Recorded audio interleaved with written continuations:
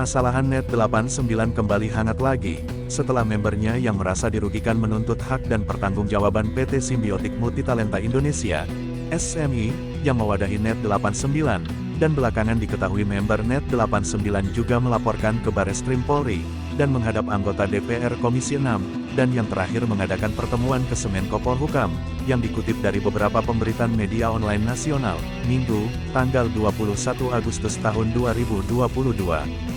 Sebelumnya Net89 memberikan pengumuman resmi, tentang solusi final untuk para membernya, solusi bantuan dari PT SMI yang sifatnya final, untuk diikuti seluruh member dengan tahapan sebagai berikut. 1. Tanggal 10 Agustus sampai tanggal 14 Agustus tahun 2022, periode verifikasi email member. Apabila Anda telah menerima dan membaca email ini, klik tombol verifikasi. 2. Tanggal 15 Agustus sampai tanggal 15 September tahun 2022, periode registrasi solusi bantuan final, kemudian klik situs yang sudah kami siapkan, solusi final SMI.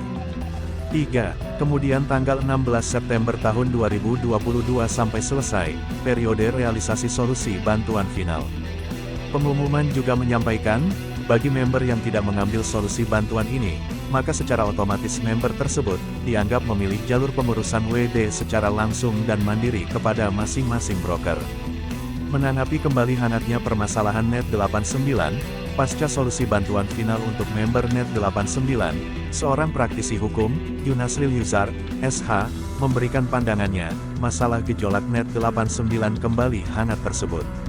Sebagaimana disampaikan broker yang tidak terdaftar di Bapepti, belum ada hukum yang mengatur penggunaan robot trading dengan broker yang tidak terdaftar di Indonesia, menimbulkan konsekuensi dari kacamata hukum positif Indonesia.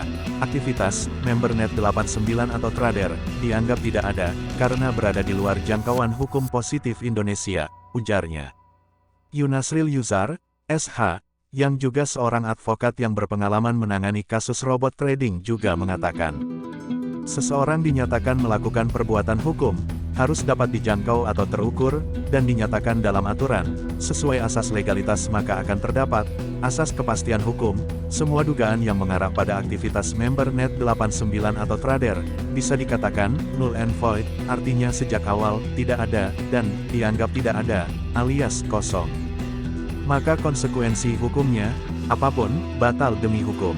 Baik dari sisi pemerintah, penyidik maupun dari sisi member Net89, bebernya ke awak media. Yunasri Yuzar, sebelum mengakhiri wawancara mengatakan juga, yang menjadi catatan, pemerintah semakin menggaungkan istilah, broker tidak terdaftar, maka yang terjadi dana member di broker harus dianggap kosong. Ini konsekuensi hukum yang harus diterima, tidak bisa didakwakan oleh hukum positif Indonesia, sudah bagus dan harus bersyukur, PT SMI mengupayakan dana member kembali, pungkasnya. Kemudian tambahnya lagi, dan ini menunjukkan secara jelas, posisi hukum antara PT SMI dan kedudukan hukum broker, dua subjek hukum yang berbeda.